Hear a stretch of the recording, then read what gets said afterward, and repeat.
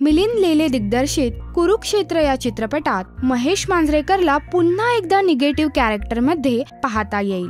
तसं पाहायला गेलं तर चित्रपटात महेश मांजरेकर आणि श्वेता साळवे या दोघांच्याच प्रमुख भूमिका आहेत। चित्रपटाचं कथानक राजकीय रिंगणातला बहिष्कार आणि दादागिरी यांभोवती गुंतलेलं आहे। महाराष्ट्रातलं झाडगाव गेली 4 वर्षे पाणी टंचाईने त्रस्त आहे। या गावात आमदार संपतदादा काळभोर यांची जबरदस्त दहशत आहे। शिवाय गावाला फायदा होईल असं काहीही त्यांनी केलं नाहीये, किंबहुना गावकऱ्यांच्या जमिनी बळकावल्यात। संपतदादांची ही दादागिरी राजरोसपणे सुरू असताना एका धडाडीच्या जिल्हाधिकाऱ्याची नियुक्ती होते।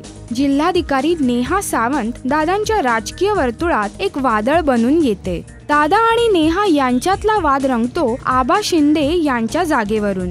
नेहाला गावाचा पाणी प्रश्न सोडवण्यासाठी गावात एक धरण बांधायचंय आणि दादांना गावाच्या बेरोजगारीचा प्रश्न सोडवण्यासाठी गावात एक सॉफ्ट ड्रिंकची फॅक्टरी उभी करायची आहे। नेहाचा विचार पारदर्शी आणि स्वच्छ आहे, परंतु दादा मात्र 100% स्वतःचा फायदा करून घेणार आहेत। आबांची जमीन धरणाच्या नदीच्या परिसरात असल्याने साहजिकच आबा ती जमीन धरणाला द्यायला तयार होते, परंतु दादा मात्र ही जमीन बळकावून घेण्याच्या मार्गात आहे। यातूनच दादा आणि नेहा यांच्यात युद्ध पेटतं, समाजहित विरुद्ध स्वार्थ।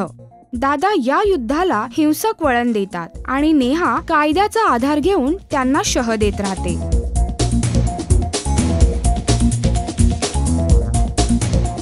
माज असलेले राजकारणी दाखवायचे म्हणजे एक धडाकेबाज लावणी असणारच।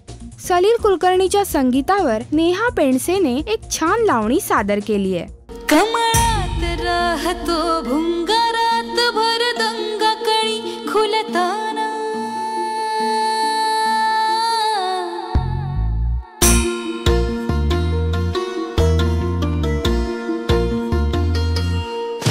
कमळात राहतो भुंगारात भर दंगा कळी खुलताना,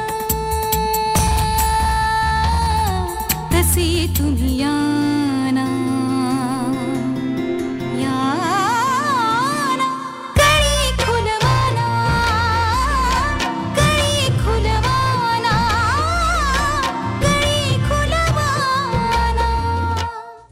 गेलं तर चित्रपटात नवीन असं काहीच नाही।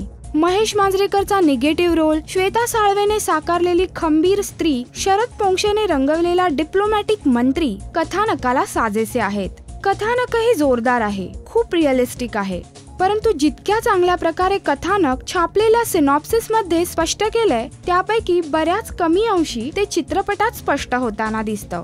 देशातल्या विविध स्तरीय राजकारणाला आणि त्यातील भ्रष्टाचाराला पडद्यावर दाखवताना सत्याचा विजय कसा होतो हे दाखवण्याचा एक प्रयत्न कुरुक्षेत्र या चित्रपटात दिसतो।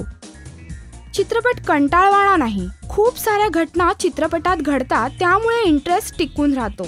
देशातली सध्याची भ्रष्टाचाराची परिस्थिती पाहता चित्रपटातली नेहा सावंत तुम्हाला कडकडीत उन्हातल्या सावलीसारखी वाटते, किंवा कदाचित तुम्ही तत्कालीन भ्रष्टाचाराला पाहून खूपच निराश असाल तर नेहा सावंत तुम्हाला कधीही अस्तित्वात नसणाऱ्या परीसारखी वाटेल। कसंही, पण त्यासाठी तुम्हाला चित्रपट पाहायला हवा। राष्ट्रीय मराठी करिता श्वेतांबरा सावंत।